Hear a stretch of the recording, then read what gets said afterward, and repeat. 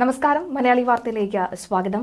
സംസ്ഥാനത്ത് കഴിഞ്ഞ ദിവസങ്ങളിലൊക്കെ തന്നെ വിവിധ ജില്ലകളിൽ അതിശക്തമായതും മിതവുമായിട്ടുള്ള മഴ ലഭിച്ചിരുന്നു.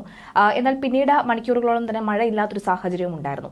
ഇപ്പോഴിതാ പുറത്തുവരുന്ന കാലാവസ്ഥാ വ്യതിയാന റിപ്പോർട്ടുകൾ പ്രകാരം കേരളത്തിൽ ഒരാഴ്ച കാലത്തേക്ക് ശക്തമായ മഴ സജീവമായി തുടരാൻ സാധ്യത എന്ന കേന്ദ്ര കാലാവസ്ഥാ വകുപ്പിന്റെ മുന്നറിയിപ്പ്.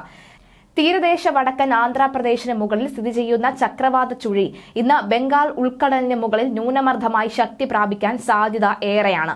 ഇതാണ് കേരളത്തിലെ മഴ സാധ്യത സജീവമാക്കുന്നത്. കേരളത്തിൽ അടുത്ത 7 ദിവസം വ്യാപകമായും നേരിയതും ഇടത്തരവുമായ മഴയ്ക്ക് സാധ്യത എന്ന് ഒറ്റപ്പെട്ട സ്ഥലങ്ങളിൽ സെപ്റ്റംബർ 8-ന് ശക്തമായ മഴയ്ക്ക് സാധ്യത എന്നും കേന്ദ്ര കാലാവസ്ഥാ വകുപ്പ് അറിയിച്ചിരിക്കുകയാണ്. ഈ സാഹചര്യത്തിൽ സെപ്റ്റംബർ 8-ന് കണ്ണൂർ, കാസർഗോഡ് ജില്ലയിൽ കേന്ദ്ര കാലാവസ്ഥാ വകുപ്പ് യെല്ലോ അലർട്ട് പ്രഖ്യാപിച്ചിട്ടുണ്ട്. അതേസമയം കേരള, കർണാടക, ലക്ഷദ്വീപ് തീരങ്ങളിൽ മത്സ്യബന്ധനത്തിന് തടസ്സമില്ലെന്ന് കേന്ദ്ര കാലാവസ്ഥാ വകുപ്പ് അറിയിച്ചു. ന്യൂനമർദ്ദം സംബന്ധിച്ച അറിയിപ്പുകൾ നോക്കുകയാണെങ്കിൽ തീരദേശ വടക്കൻ ആന്ധ്രാപ്രദേശിന് മുകളിൽ ചക്രവാത ചുഴി സ്ഥിതി ചെയ്യുന്നുണ്ട്.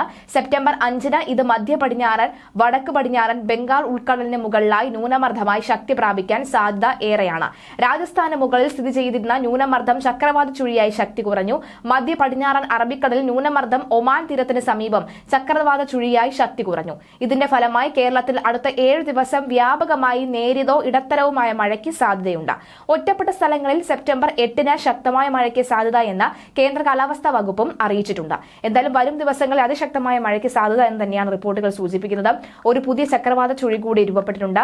കഴിഞ്ഞ ആഴ്ചയിൽ അസ്ന എന്ന ചക്രവാത ചുഴി രൂപപ്പെടുകയും അറബിക്കടലിൽ ഉണ്ടാവുകയും എന്നാൽ പിന്നീട് അത് സ്ഥാനം മാറുകയും ഒക്കെ ചെയ്തിരുന്നു. അതിന്റെ ഫലമായി കേരളത്തിൽ അതിശക്തമായ മഴയൊക്കെ തന്നെ ലഭിക്കുന്ന ഒരു സാഹചര്യം ഉണ്ടായിരുന്നു.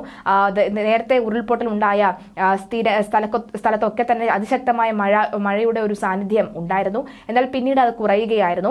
കഴിഞ്ഞ ദിവസങ്ങളിൽ ശക്തമായ മഴ ഒന്നും തന്നെ ഒരിടത്തും ഇല്ല എന്ന് വേണം പറയാൻ. രാവിലെ മാത്രം ചെറിയ തോതിൽ പെയ്തിട്ട് പിന്നീട് മഴ പൂർണ്ണമായി മാറി നിൽക്കുന്ന ഒരു സാഹചര്യമാണ് കണ്ടത്.